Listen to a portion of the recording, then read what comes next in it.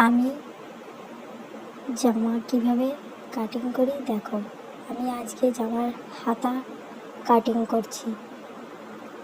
আমি কিন্তু কোনো মাপ জানি না।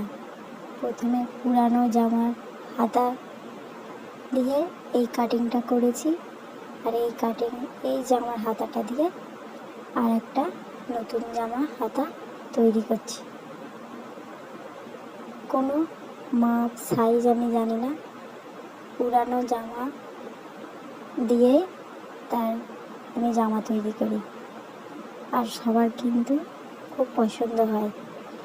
এইভাবে পিন দিয়ে এঁটে একটা জামা আর একটা নতুন কাপড়ের ওপরে রেখে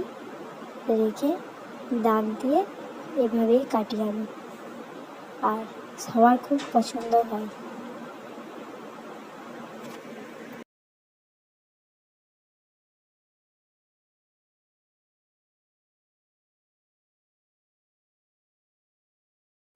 আজকে আমি জামার হাতা কাটিংটা দিলাম। পরের ভিডিওতে আমি পুরো জামা আমি কীভাবে কেটে তৈরি করি সেটা দেখাবো। আমি কিন্তু কোনো মাপ জানি না। আমি একদম নতুন। আমি এখন আর নতুন নয়, আগে নতুন ছিলাম। এখন আমি এইভাবেই কাটি। আমি মাপ কিছু বুঝি না, মাপ কিছু জানিও না। জামা দিয়ে আরেকটা জামা তৈরি করি।